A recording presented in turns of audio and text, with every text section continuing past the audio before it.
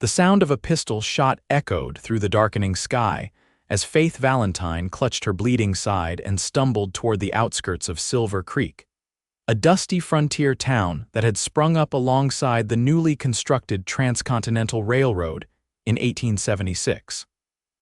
Her once fine dress was torn and soiled, her auburn hair falling in tangled waves around her pale face. The scandal that had driven her from her home in Boston had followed her west, and now even this remote town had turned against her.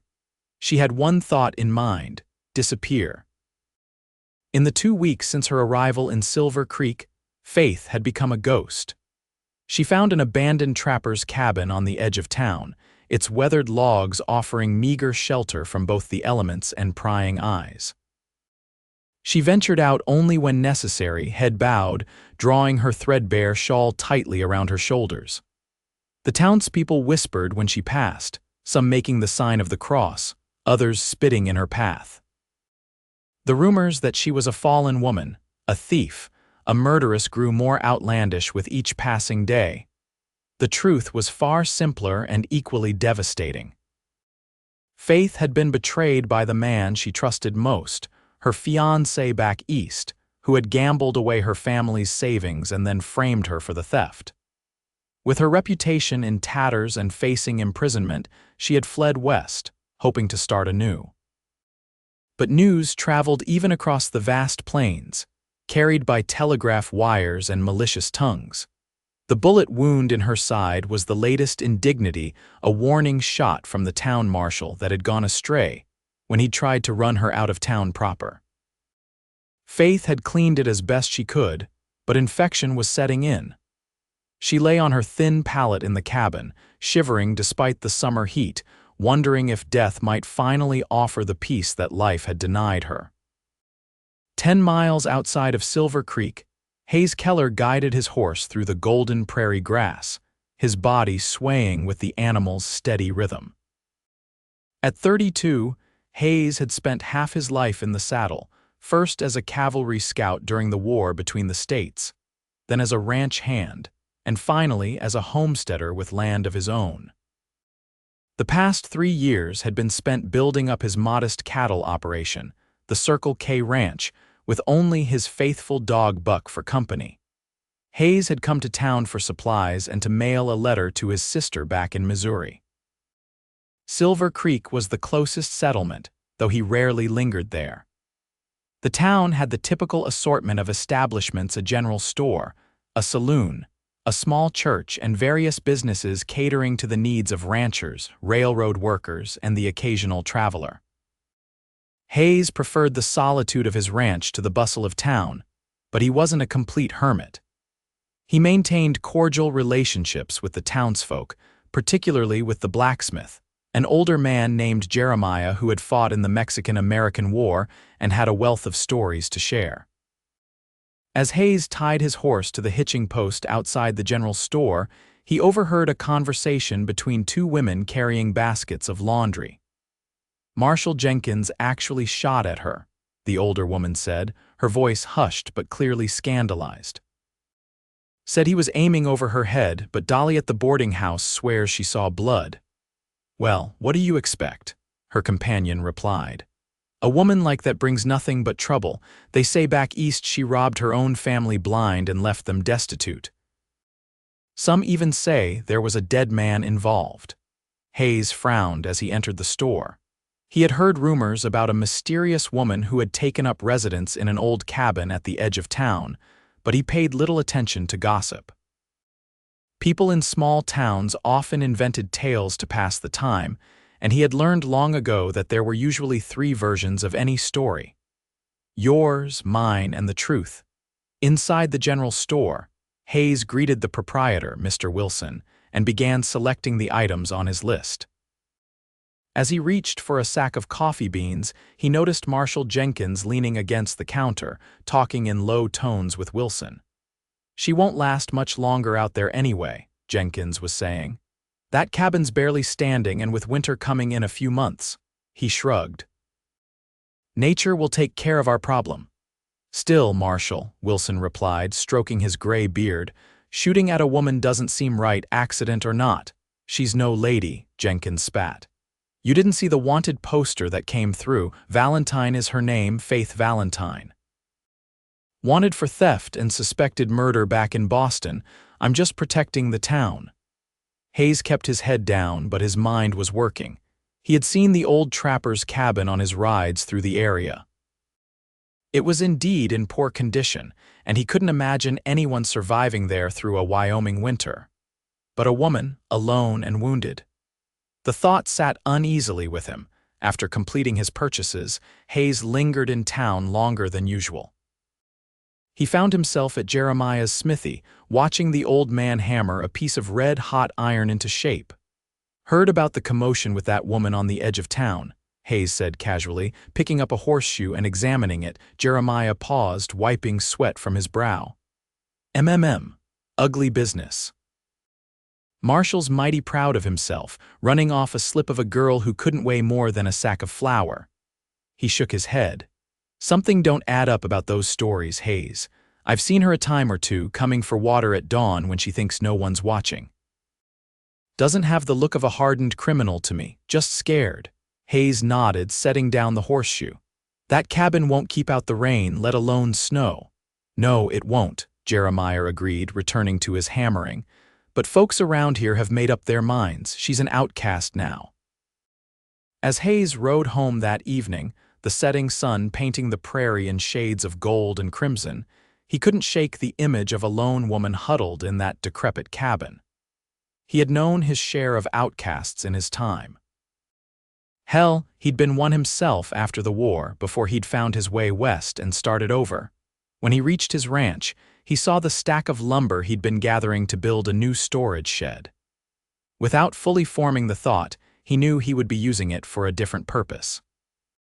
The next morning, Hayes loaded the lumber onto his wagon, along with tools, nails, and other supplies.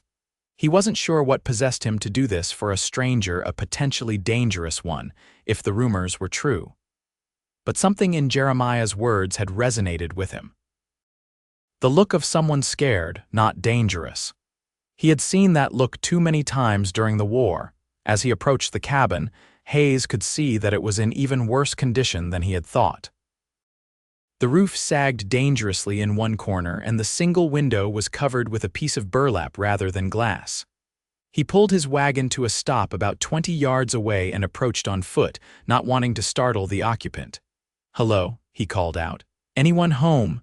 There was no response. Hayes moved closer, noticing a thin wisp of smoke rising from the crooked chimney. Someone was inside. "Madam, I'm not here to cause trouble. Name's Hayes Keller. I own the Circle K Ranch about 10 miles west." The burlap covering shifted slightly, and Hayes caught a glimpse of a pale face before it disappeared again. "Go away," came a weak voice from inside. "I have nothing worth stealing, and I am armed." Hayes remained where he stood, keeping his hands visible. "I'm not here to steal anything, madam. I heard you might need some help with repairs to this place. Winter comes early in these parts." A bitter laugh drifted through the cracks in the walls. "Why would you help me? Did the good townspeople not warn you? I am a thief, a murderer, and worse." "They did mention something along those lines," Hayes admitted, "but I generally prefer to make up my own mind about folks." After a long silence, the rough-hewn door creaked open a few inches. A woman stood there, leaning heavily against the doorframe. She was younger than Hayes had expected, perhaps in her mid-20s, with striking features despite her obvious illness. Her skin was flushed with fever, her auburn hair matted with sweat, and she clutched her side where a dark stain spread across her simple dress. "You're hurt," Hayes said, instinctively stepping forward. Faith raised a small derringer with a trembling hand. "Stay back, I don't need your pity or your judgment." Hayes stopped, noting the way she swayed on her feet. "That wound needs tending, madam." "I'm not a doctor, but I've patched up my share of injuries. If you'll allow me to help." "Why?" she interrupted, her green eyes flashing with suspicion. "What do you want in return? Everyone wants something." "Right now, I'd settle for you not falling over dead while pointing that gun at me," Hayes replied calmly.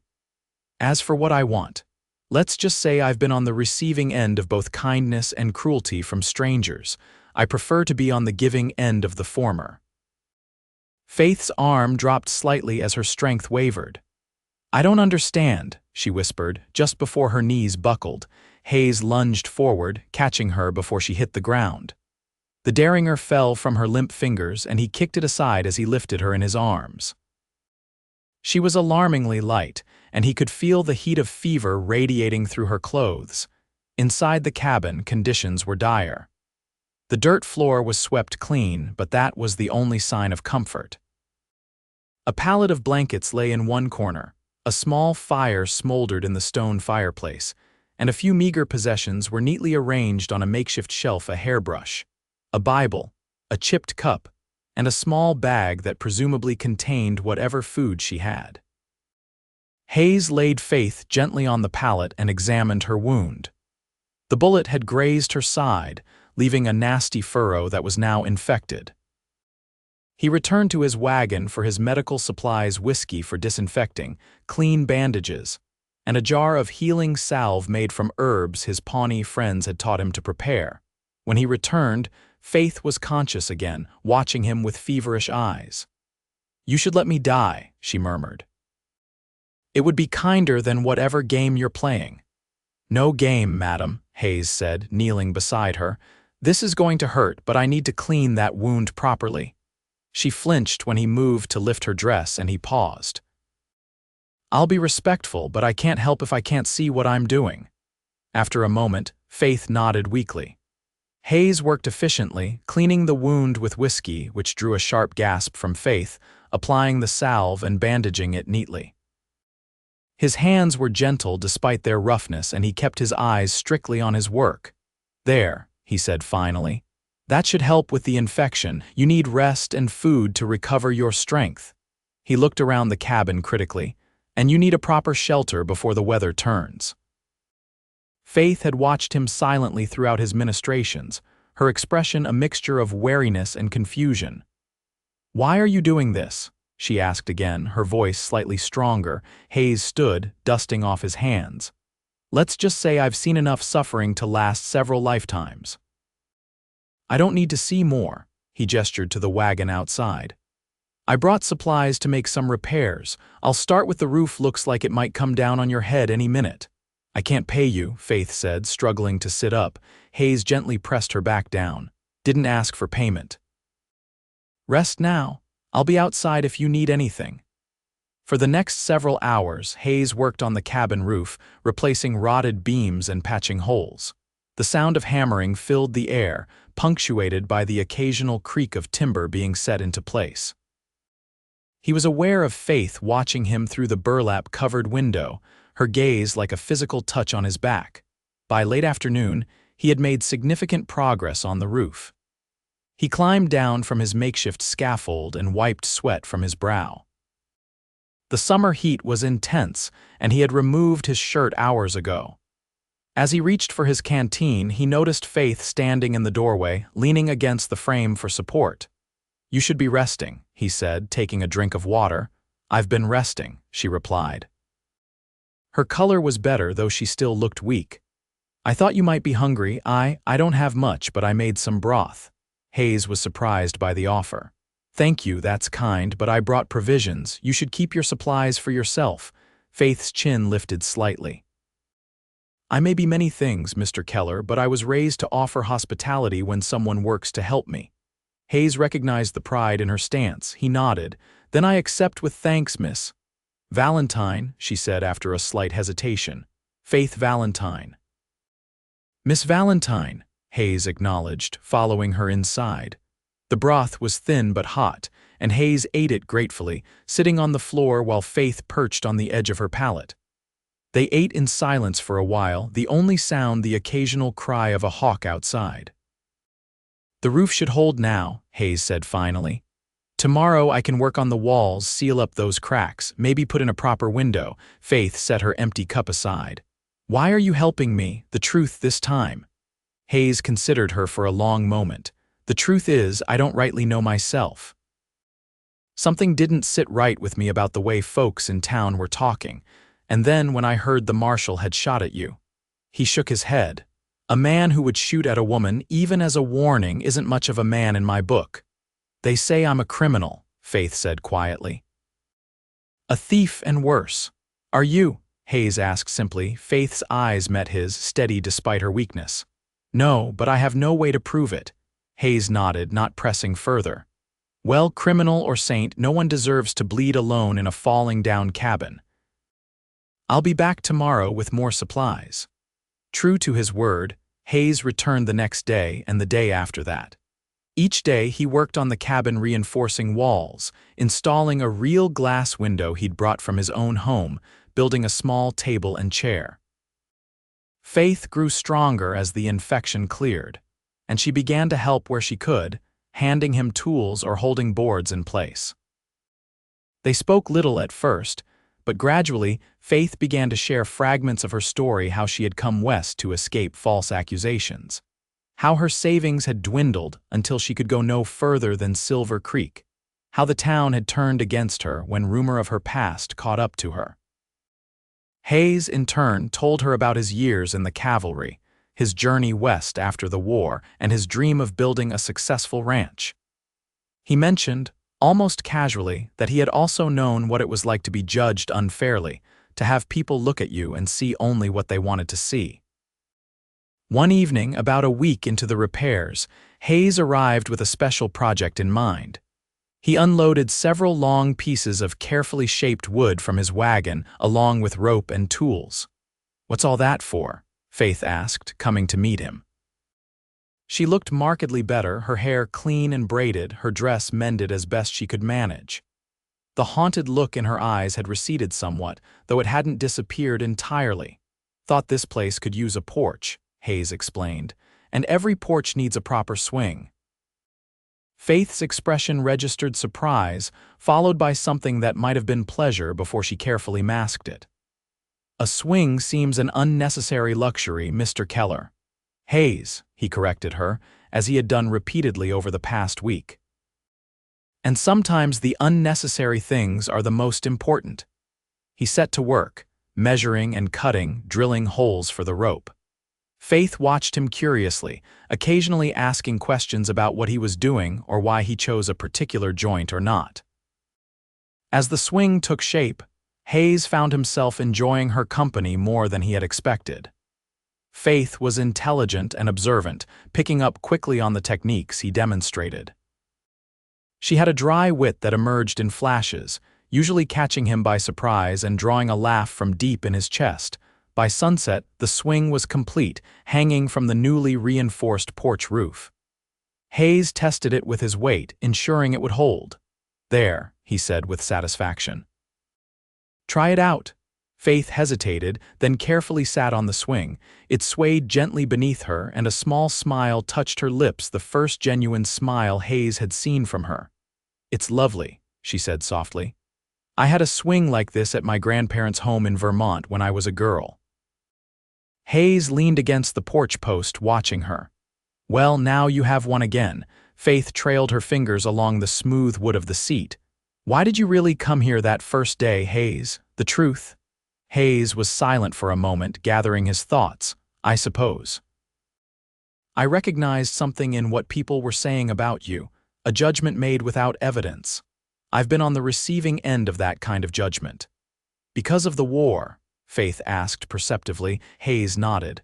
"Partly. I fought for the Union, but my family was from Missouri.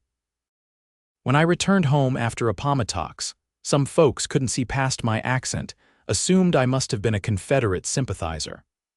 Others couldn't forget that I'd spent years scouting for the Army in Indian Territory, working alongside Pawnee trackers who became my friends, called me an Indian lover." His mouth twisted. As if that were some kind of insult, Faith's swing had slowed to almost a stop as she listened. "So you helped me because you felt kinship with another outcast?" "Maybe at first," Hayes admitted, "but then—" He hesitated, "Then," she prompted. "Then I got to know you," he said simply. "And I found myself wanting to keep coming back." Faith's cheeks colored slightly and she looked away. "I have nothing to offer you in return for your kindness, Hayes. Did I ask for anything?" he replied gently. The swing creaked softly as Faith resumed its motion. People always want something. I learned that lesson well. Hayes watched the sunset painting the prairie in fiery colors beyond the porch. Some lessons need unlearning, Faith. In the weeks that followed, Hayes continued his visits to Faith's cabin, though the nature of his work changed. With the essential repairs completed, he turned his attention to smaller improvements: a shelf here, a hook there, a small garden plot cleared and planted with hardy vegetables that might produce before the first frost. Faith's strength returned fully, and with it came a gradual transformation. She began to venture outside more, tending the garden or simply sitting on her swing in the evenings. Her hair, which she now wore loose around her shoulders when Hayes visited, caught the sunlight like burnished copper. The wariness in her eyes was fading, replaced by a cautious warmth when she greeted him. They established a comfortable routine. Hayes would arrive in the late afternoon after completing his morning chores at the ranch. They would work together on whatever project he had brought, then share a simple meal as the sun set. Sometimes they would sit on the porch swing together, talking until the stars emerged in the vast Wyoming sky. Faith began to share more of her childhood in Boston, her love of books and music, her brief career as a schoolteacher before her engagement to Charles Bainbridge, the banker's son who had ultimately betrayed her. "I was so naive," she confessed one evening as they sat side by side on the swing. "I believed everything he told me, never questioned why he needed access to my family's accounts. By the time I discovered the truth, he had gambled away everything: my dowry, my parents' savings, even the funds for the school where I taught." "And he blamed you," Hayes guessed, his voice hardening. Faith nodded, staring out at the darkening prairie. "He told everyone I had stolen the money, that I had manipulated him. People believed him, why wouldn't they? His family had been respected in Boston for generations. I was the daughter of a music teacher and a seamstress." "What about the murder charge?" Hayes asked carefully. Faith's hands twisted in her lap. "There was an elderly trustee at the school, Mr. Abernathy. He suspected Charles was lying. He was going to speak on my behalf, investigate the financial records more closely. The day before he was to meet with the school board, he was found dead in his home, poisoned, they said." Her voice caught. "Charles suggested I had silenced him to cover my crimes. The police were coming to arrest me. I fled that night." Hayes reached over and covered her trembling hands with one of his own. "I'm sorry that happened to you, Faith. No one deserves such betrayal." She looked up at him, her eyes glistening with unshed tears in the fading light. "Do you believe me?" "Yes," Hayes said without hesitation. "I do." Something shifted between them that night, a deepening of trust and understanding. As Hayes rode home under the canopy of stars, he acknowledged to himself what he had been avoiding for weeks. He was falling in love with Faith Valentine. The realization both exhilarated and troubled him. Faith was still healing, still learning to trust again after profound betrayal. And Hayes himself had sworn off romantic entanglements years ago, after a failed engagement left him wary of opening his heart again. But there was something about Faith, her resilience, her quiet dignity in the face of injustice, the way her rare smiles transformed her face that broke through the walls he had built around himself. September arrived, bringing cooler temperatures and the first hints of autumn color to the aspen groves in the foothills. Hayes knew that Faith's situation remained precarious. Though her cabin was now repaired and reasonably comfortable, she was still isolated, unable to venture into town without facing hostility. Her supplies were limited, and winter would soon make travel difficult. One afternoon, Hayes arrived with a proposition. "Faith, I need help at the ranch," he said as they walked along the creek that flowed near her cabin. "Winter's coming and there's too much work for one person. I could use an extra pair of hands, someone to cook meals, tend the garden, maybe help with record keeping." Faith stopped walking, her expression guarded. "Are you offering me employment?" "Yes," Hayes said. Room and board plus a fair wage. There's a small cabin about 100 yards from the main house. It was built for the previous owner's mother. It's been empty since I bought the place, but it's sound and comfortable. I see, Faith said carefully. And would this arrangement be proper? Hayes understood her concern. A single woman living on a man's property, even in a separate dwelling, could be the subject of gossip. I've thought about that. My nearest neighbors are the Hendersons, about 5 miles east. Sarah Henderson is well respected in the area. I thought perhaps you could meet her and she could, well, vouch for the propriety of the situation. Faith considered this, absently twirling a stem of late-blooming prairie clover between her fingers. You've been very kind to me, Hayes, but I don't want charity. It's not charity, Hayes insisted. I genuinely need the help. Buck is a fine dog, but his cooking leaves something to be desired. This drew a small smile from Faith.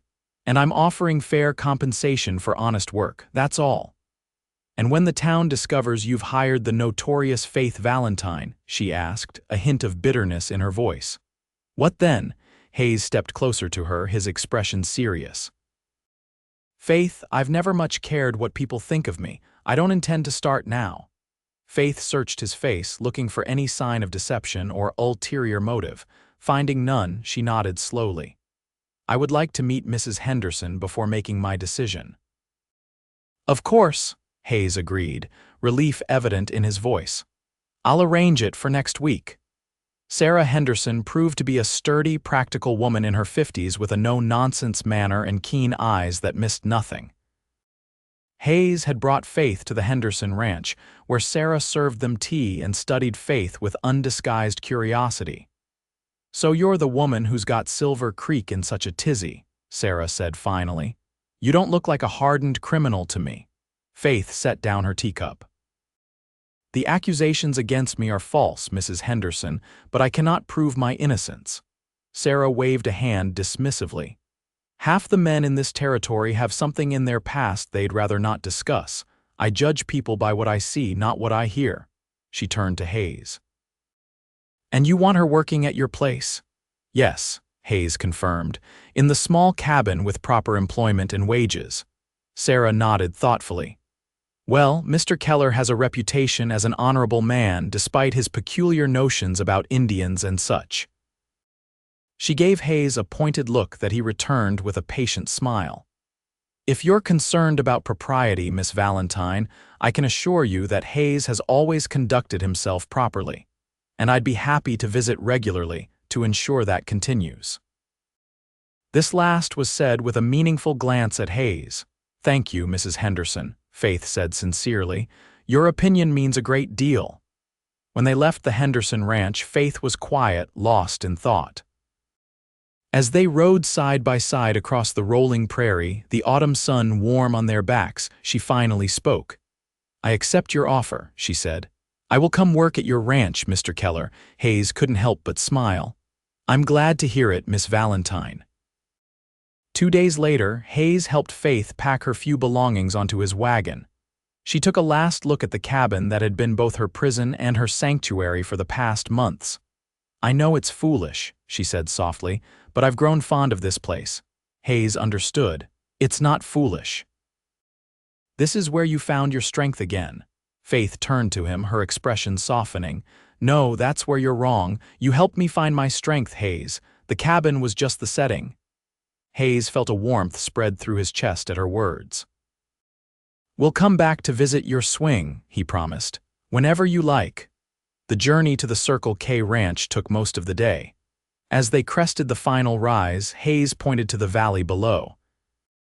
A tidy collection of buildings nestled against the backdrop of distant mountains, the main house, a large barn, several outbuildings, and off to one side, a small cabin with a stone chimney.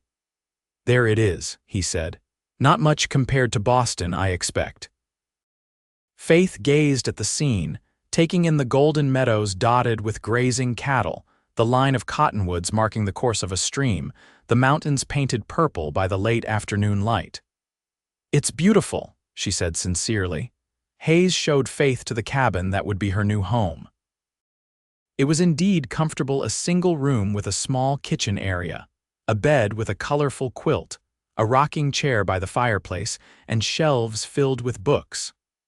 The books belonged to the previous owner, Hayes explained as Faith ran her fingers along the spines with evident delight. I'm not much of a reader myself, but I couldn't bear to part with them, thought someone might appreciate them someday. They're wonderful, Faith breathed, pulling out a volume of Tennyson's poems. Thank you for this, Hayes, all of it. That evening, they shared a simple meal in the main house, with Buck the dog watching hopefully for scraps. Hayes outlined Faith's duties: cooking, cleaning, gardening, and helping with the ranch accounts. The work would be steady but not overwhelming, and she would have her evenings and Sundays to herself. As autumn deepened into winter, Faith settled into life at the Circle K. Her cooking brought a welcome change to Hayes's diet, and her organizational skills brought order to his haphazard record-keeping. The small cabin became her own, decorated with dried wildflowers and small treasures she found on her walks: interesting stones, a perfect pine cone, a jay's feather. True to her word, Sarah Henderson visited regularly, sometimes bringing preserves or sewing patterns. She introduced Faith to other neighboring women who were initially cautious but gradually warmed to the quiet, intelligent newcomer. Faith's past remained a topic of speculation, but with Sarah's tacit approval, most were willing to reserve judgment. Hayes found himself looking forward to each day in a way he hadn't for years. Sharing breakfast with Faith each morning before starting his work, discussing the day's tasks, seeing her smile of greeting when he returned from checking the herd, these simple interactions brought a happiness he hadn't expected. They maintained a careful propriety in their working relationship, but Hayes was increasingly aware of Faith as more than an employee. He noticed the graceful way she moved, the strand of hair that always escaped her bun, the sound of her humming as she worked in the garden. Sometimes he would catch her watching him as well, her eyes quickly darting away when he met her gaze. One snowy December evening, Hayes was returning from the barn when he saw Faith standing outside her cabin, gazing up at the star-filled sky. She wore a heavy shawl over her dress and snowflakes caught in her hair like tiny diamonds. "Beautiful night," Hayes said, approaching slowly so as not to startle her. Faith nodded, her breath forming clouds in the cold air. "I've never seen stars so bright. In Boston, the city lights dimmed them." "One advantage of being out in the middle of nowhere," Hayes agreed, stopping beside her and following her gaze upward. "I don't feel like I'm nowhere," Faith said softly. "For the first time in a long time, I feel like I'm somewhere I belong." The simple statement, spoken without drama or expectation, touched Hayes deeply. "I'm glad," he said, his voice rougher than usual. They stood in companionable silence for a moment, the only sounds the distant howl of a coyote and the soft whisper of falling snow. "Would you like to come in for tea?" Faith asked suddenly. "It's a cold night." Hayes hesitated only briefly before nodding. "I'd like that." Faith's cabin was warm and inviting, the fire casting a golden glow over the simple furnishings. She busied herself preparing tea while Hayes removed his hat and coat, standing somewhat awkwardly by the door. "Please sit," Faith said, gesturing to the rocking chair. Hayes shook his head. "That's your chair. I'll take the bench." Faith smiled at his insistence and handed him a steaming cup of tea. "I've been meaning to thank you properly, Hayes." "For what?" he asked, settling on the wooden bench near the fire. "For everything. For repairing my cabin when I was a stranger. For building me a swing when I needed something to remind me of happier times. For offering me employment when you could have simply walked away." She sat in the rocking chair, cradling her own cup. "For believing me when no one else would." Hayes felt a tightness in his chest. "Faith, please let me finish," she said gently. "I know I came here as your employee and I respect that arrangement, but I also want you to know that these past months have meant more to me than I can express. You've restored my faith in human kindness, in the possibility of a good life, even after everything that happened." Hayes set his cup aside and leaned forward, his elbows on his knees. "Faith, I didn't offer you employment just because you needed work or because I needed help. Her rocking slowed. Oh, I offered because I couldn't bear the thought of you being so far away, he admitted. Because every time I rode back from your cabin, I found myself thinking of reasons to return the next day. A flush spread across Faith's cheeks, visible even in the firelight. Hayes, what are you saying? Hayes took a deep breath. I'm saying that I care for you, Faith, more than as an employee or a friend, and if that makes things difficult or uncomfortable for you, I'll understand if you want to leave, but I couldn't keep pretending otherwise. Faith was very still, her eyes wide. You care for me, despite knowing what people say about me. Because I know you, Hayes corrected. The real you, not the rumors or the accusations. I know your strength and your kindness, the way you talk to the chickens when you feed them. How you leave out scraps for the Fox family by the creek, even though they raid your garden. The look on your face when you're lost in a book. He smiled slightly. I've been watching you, Faith Valentine, and everything I've seen only makes me care more. Faith set down her tea with trembling hands. I've been afraid to acknowledge my feelings, she whispered. Afraid that after Charles, I could never trust my judgment again, afraid that you would eventually believe the worst of me like everyone else. Hayes stood and crossed to kneel before her chair, taking her hands in his. I will never believe anything but the best of you, he promised, because I've seen your heart, Faith, and if you'll let me, I'd like to spend my days trying to be worthy of it. Faith's eyes filled with tears, but she was smiling. Hayes Keller, I believe you already are. He reached up to brush a tear from her cheek, his touch gentle. May I kiss you, Faith? She nodded, and Hayes leaned forward, pressing his lips to hers in a kiss that was tender and reverent, a promise rather than a demand. When they parted, Faith's eyes remained closed for a moment, as if committing the sensation to memory. I should go, Hayes said reluctantly, standing. For propriety's sake, if nothing else. Sarah Henderson would have my hide otherwise. Faith laughed softly, rising with him. Yes, I suppose she would. At the door, Hayes turned back to her. Faith, I meant what I said. I care for you deeply, but I want you to take all the time you need. There's no rush. Faith reached up to touch his cheek, her eyes warm with affection. Thank you, Hayes, for everything. As Hayes walked through the snow to his own house, his heart lighter than it had been in years, he knew that whatever challenges lay ahead, they would face them together. The winter months brought Hayes and Faith closer together. Their courtship progressed slowly, respectful of Faith's past hurts and the propriety that Sarah Henderson insisted upon. They shared meals, long conversations by the fire, and occasionally, when the weather permitted, rides across the snow-covered ranch lands. Hayes found himself looking at his property with new eyes, seeing possibilities he had never considered before. One evening in late January, as they sat in his parlor reviewing the ranch accounts, he shared some of these thoughts with Faith.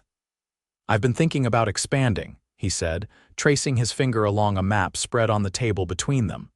The Henderson place adjoins my land to the east. Old man Henderson mentioned he might be looking to sell a parcel come spring. His sons have all moved to California, and he and Sarah have more land than they can manage. Faith studied the map thoughtfully.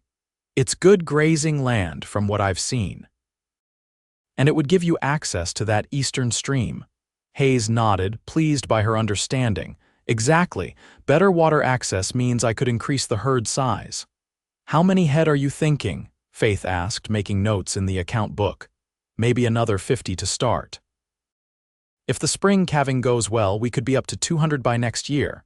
Faith smiled at his use of we, though she didn't comment on it. That would mean hiring additional hands, wouldn't it? At least 2, Hayes agreed. Maybe more during roundup and branding. Where would they stay? Faith asked practically. The bunkhouse only has room for 4, and it needs significant repairs. Hayes leaned back in his chair, watching her work through the problem. I'd been thinking about converting the old storage barn. With proper insulation and a new roof, it could make a decent bunkhouse for 6 or 8 men. Faith nodded, making more notes. That makes sense. and the additional income from the larger herd would offset the costs of expansion within 2 years by my calculation. Hayes smiled, admiring her quick mind. You're good at this, you know, better than I ever was. Faith glanced up, a light blush coloring her cheeks. I enjoy it. Planning, organizing, seeing how all the pieces fit together to create something larger. Is that how you see the ranch? Hayes asked curiously. As pieces fitting together, Faith considered this. I see it as a living thing, she said finally. Each part, the land, the animals, the buildings, the people contributing to the whole. When everything is in balance, it thrives. Hayes felt a surge of emotion at her words. That's exactly right. That's what I've been trying to build here, even if I couldn't have expressed it so well. Faith closed the account book, her expression turning serious. Hayes, may I ask you something? Anything, he replied. These plans for expansion, where do I fit into them? The question hung in the air between them, weighted with significance. Hayes set aside the map and took Faith's hands in his. Faith Valentine, you fit wherever you choose to fit, he said earnestly. I would be honored if you chose to build this future with me, not as my employee but as my partner in all things. But if that's not what you want, if you see your path leading elsewhere, I will support that too. Faith's eyes searched his. And if what I want is to stay here with you? To build this ranch together, to make a life here, Hayes felt his heart swell. Then I would be the happiest man in Wyoming territory. Faith smiled, her eyes bright with unshed tears. Then that is what I want, Hayes, to stay, to build, to be with you. Hayes lifted her hands to his lips, kissing them reverently. I love you, Faith, I have for some time now. And I love you, Faith whispered, more than I thought possible after everything that happened. Hayes rose and pulled Faith gently to her feet, drawing her into his arms. Their kiss was deeper this time, filled with promise and longing. When they finally parted, both breathless, Hayes rested his forehead against hers. Faith Valentine, will you marry me? Faith's answer was immediate and certain. Yes, Hayes Keller, I will. They were married in late March, as the first signs of spring began to appear across the prairie. The ceremony was small but joyful, held in the Hendersons' front parlor with Reverend Thomas from Silver Creek officiating. Sarah Henderson had taken it upon herself to organize the event, inviting neighboring ranchers and their families. To Faith's surprise and Hayes's quiet satisfaction, most accepted the invitation. Faith wore a simple dress of pale blue that Sarah had helped her make, with wildflowers in her hair. Hayes, usually seen in practical work clothes, wore a suit that had remained packed away since his arrival in Wyoming. When Faith walked into the room on Mr. Henderson's arm, standing in for her father, Hayes felt his breath catch at the sight of her. After the ceremony, the guests gathered for a celebration that lasted well into the evening. There was music from a fiddler and a banjo player, dancing, and plenty of food prepared by the women of the surrounding homesteads. Faith found herself welcomed into their circle with a warmth she hadn't expected, the rumors of her past seemingly set aside if not forgotten. Later, as they danced together in the lantern light, Hayes held Faith close and whispered, "Happy, Mrs. Keller." Faith looked up at him, her face radiant.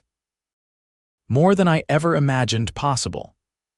As spring bloomed across the ranch, Faith and Hayes settled into married life with a natural ease that surprised them both. They moved Faith's belongings into the main house, though they kept her cabin ready for guests or as a quiet retreat when either of them needed solitude. True to his plans, Hayes purchased the parcel of land from the Hendersons and began the expansion of his herd.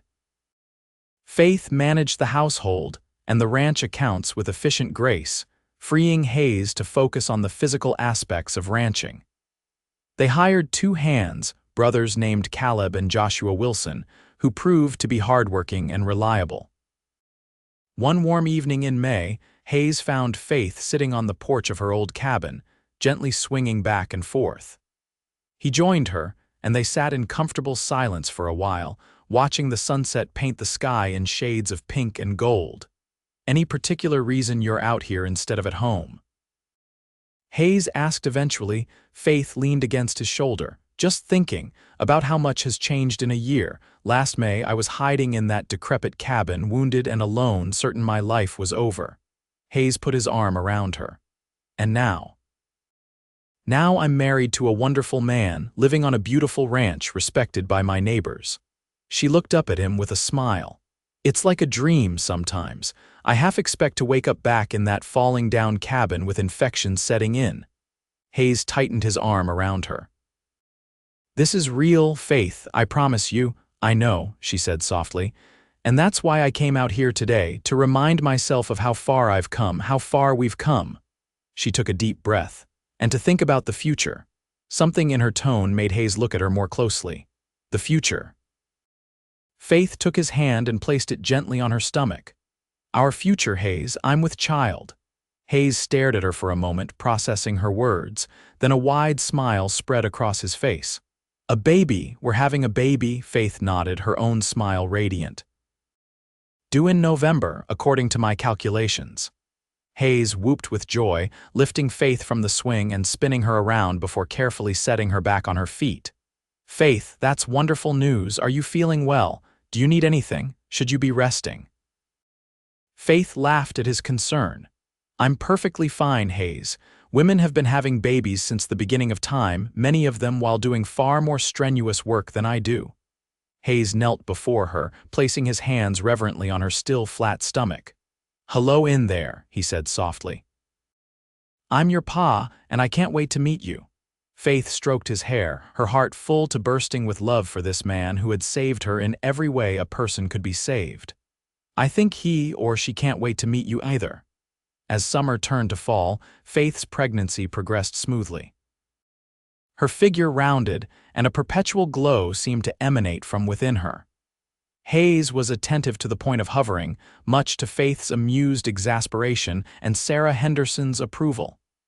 At least he's taking proper care of you, Sarah said during one of her regular visits. My Henry nearly drove me to distraction during my first pregnancy, following me around like I might shatter at any moment. Faith laughed, her hands resting on her prominent belly. Hayes is the same. Yesterday he nearly had a fit because I was hanging laundry. Laundry, Sarah nodded sagely. Men. Useless in a birthing room, but convinced they know what's best for an expectant mother.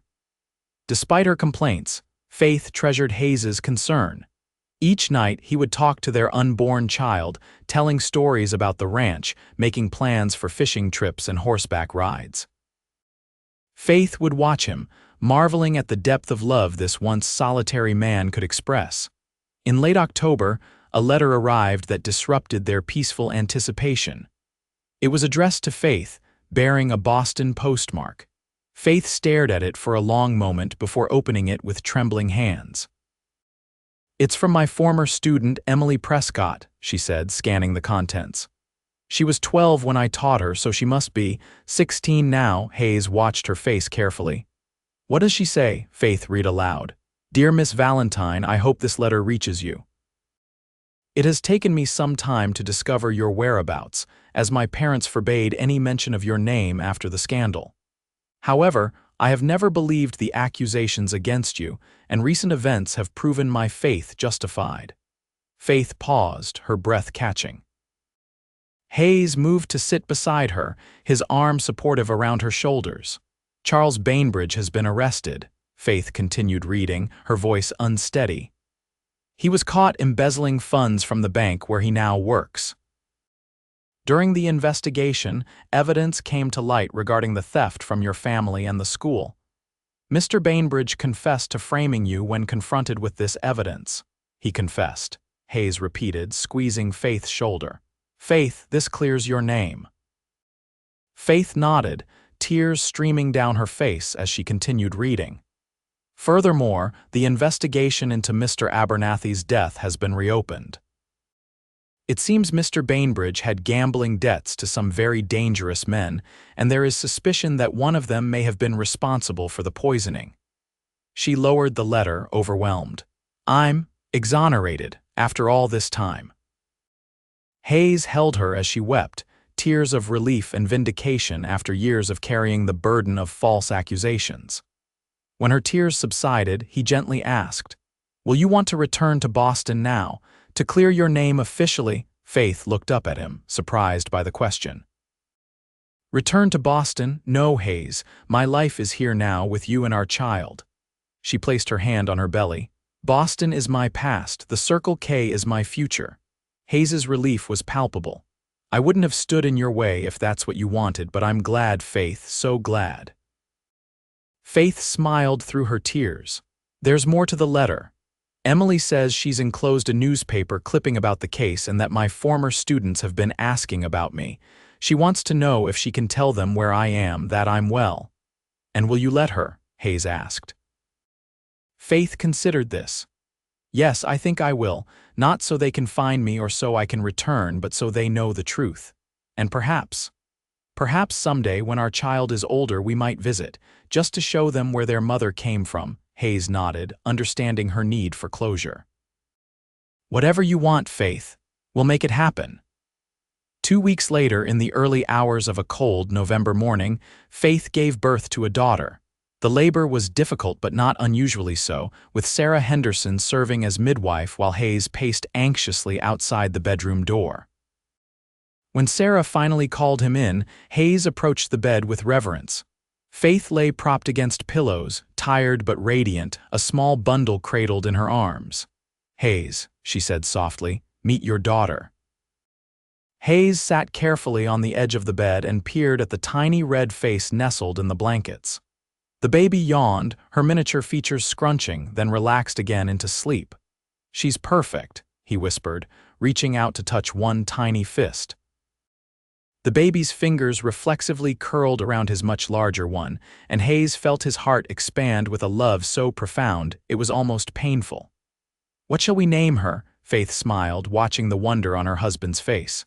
I was thinking Hope, because that's what you gave me, Hayes. Hope for a new life when I thought all was lost. Hayes nodded, too overcome to speak for a moment. Hope Keller, he managed finally. It's a fine name. Sarah, who had been quietly tidying up, sniffed suspiciously and wiped at her eyes. Well, the hard part's over, but you've got a lifetime of challenges ahead with this little one. I'll be back to check on you tomorrow, Faith. Get some rest while she's sleeping.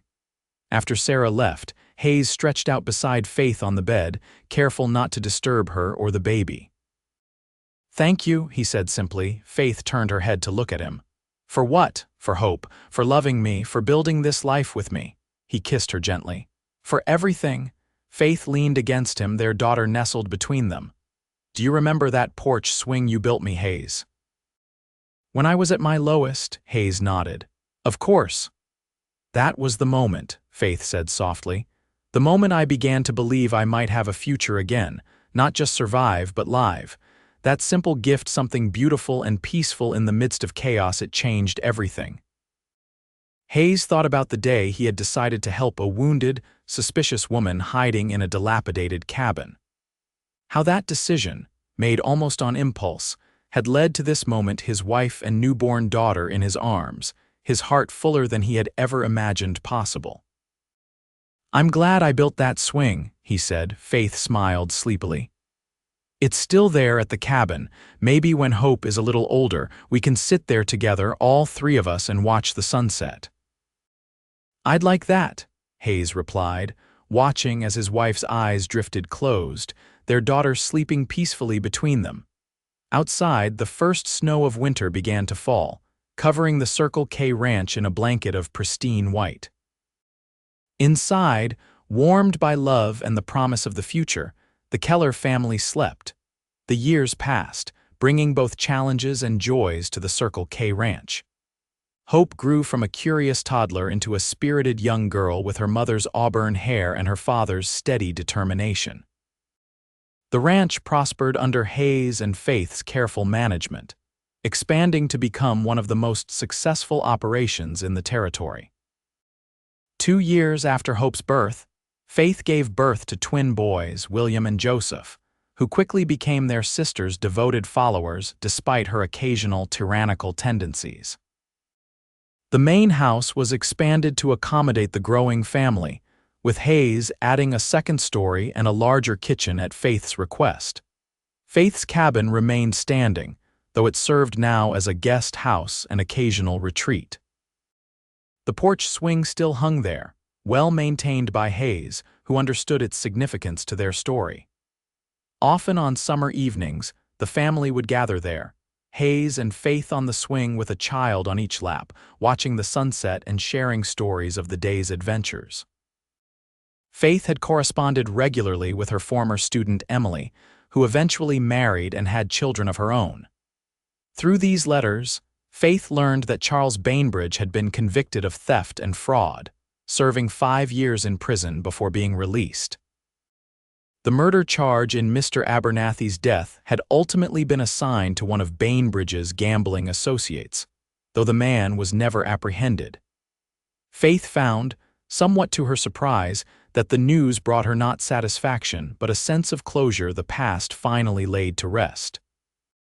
On a warm spring day in 1892, 15 years after Hayes had first found Faith wounded and hiding in the old trapper's cabin, the Keller family hosted a celebration at the ranch.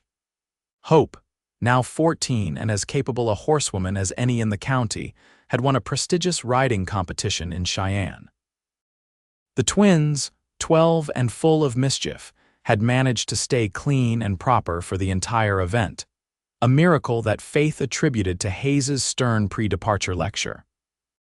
Neighbors and friends gathered at the ranch to celebrate Hope's victory, among them the elderly Hendersons, who had sold their ranch 5 years earlier but remained in the area, living in a comfortable house that Hayes had built for them on Circle K land. Sarah, now in her 70s but still sharp as ever, sat in the place of honor beside Faith, watching the festivities with satisfaction. "You've built something fine here, Faith," Sarah said, gesturing to the scene before them, children playing, adults chatting, tables laden with food prepared by Faith and the ranch cook she had hired as the operation expanded. Not just the ranch, but the family, the community. Faith smiled, watching as Hayes demonstrated proper lasso technique to a group of admiring children, including the twins. "We built it together," she corrected gently. "Hayes and I, and you and Mr. Henderson and everyone who believed in us when others wouldn't." Sarah patted Faith's hand. "True enough, but it takes a special kind of strength to rise from the ashes the way you did. Not everyone could have done it."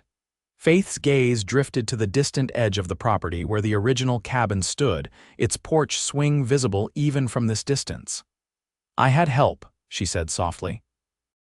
Later that evening, after the guests had departed and the children were in bed, Hayes found Faith sitting on their own porch, a shawl wrapped around her shoulders against the evening chill. "Penny for your thoughts, Mrs. Keller," he said, settling beside her. Faith leaned against him, as comfortable in his presence now as she was in her own skin.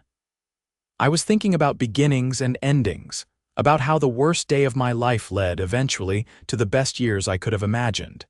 Hayes wrapped his arm around her, drawing her closer. At 47, his hair was touched with silver at the temples, and the lines around his eyes had deepened from years of squinting in the Wyoming sun. To Faith, he was more handsome than ever. "Any regrets?" he asked, a question he posed occasionally, always with the same underlying concern that somehow she might have wanted more than the life they had built together. Faith turned to face him, cupping his cheek in her palm. "Not one," she said firmly. "Every hardship, every tear, every moment of despair, if they were the price of finding you, of creating this family, then they were worth it 1,000 times over." Hayes turned his head to kiss her palm. "I'm the lucky one, Faith. The day I decided to fix that cabin roof was the best decision I ever made." Faith smiled, remembering the suspicious, wounded woman she had been and the patient, kind man who had refused to be driven away by her fear. "The swing was what truly saved me," she reminded him. "Such a simple thing, but it gave me back a piece of myself I thought was lost forever." "Then I'm glad I built it," Hayes said, as he had so many times over the years. They sat together in comfortable silence, watching as the stars appeared one by one in the vast Wyoming sky. Faith thought about the journey that had brought her here from a respected Boston schoolteacher to a scandalous fugitive. From a woman hiding in shame at the edge of town to the mistress of a thriving ranch, wife to a good man, mother to 3 remarkable children. "Hayes," she said suddenly, "let's go to the cabin." Hayes looked at her curiously but didn't question the impulse. Together they walked hand in hand across the moonlit property to the small cabin where their story had begun. The porch swing creaked gently in the night breeze as they approached. Faith sat on the swing and Hayes joined her, their bodies fitting together with the ease of long familiarity. As they swayed gently back and forth, Faith rested her head on Hayes's shoulder. "Thank you," she whispered. "For what?" Hayes asked, his voice rumbling beneath her ear. "For bringing me back to life," Faith said simply. "For seeing me when no one else would look, for loving me when I didn't believe I deserved love." Hayes tightened his arm around her, pressing a kiss to the top of her head. "Faith Valentine Keller, loving you has been the greatest privilege of my life." The swing creaked softly as they rocked beneath the star-filled sky. 2 people who had found in each other not just love, but redemption, purpose, and the courage to build a life neither had dared to imagine. Behind them, the little cabin stood as a testament to new beginnings, and before them stretched the vast expanse of the Circle K Ranch, the tangible result of their shared vision and labor. "Shall we head back to the house?" Hayes asked eventually. "It's getting late." Faith nodded but didn't move immediately. "Just a moment longer," she said, savoring the peace of the night and the security of Hayes's embrace. "I want to remember this feeling." "We can come back tomorrow," Hayes promised, "and the day after and the day after that, for as long as you want." Faith smiled in the darkness. "I'll hold you to that, Mr. Keller." "I wouldn't have it any other way, Mrs. Keller," Hayes replied, helping her to her feet and leading her back toward their home, where their children slept safely and their future stretched bright before them, full of promise and possibility.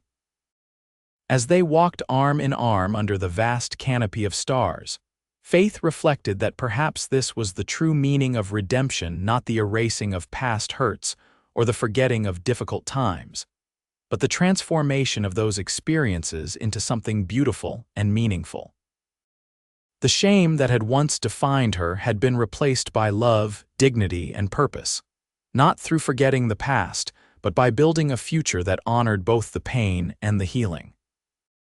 And it had all begun with a porch swing, a simple gift from a good man who had seen value in a woman the world had cast aside.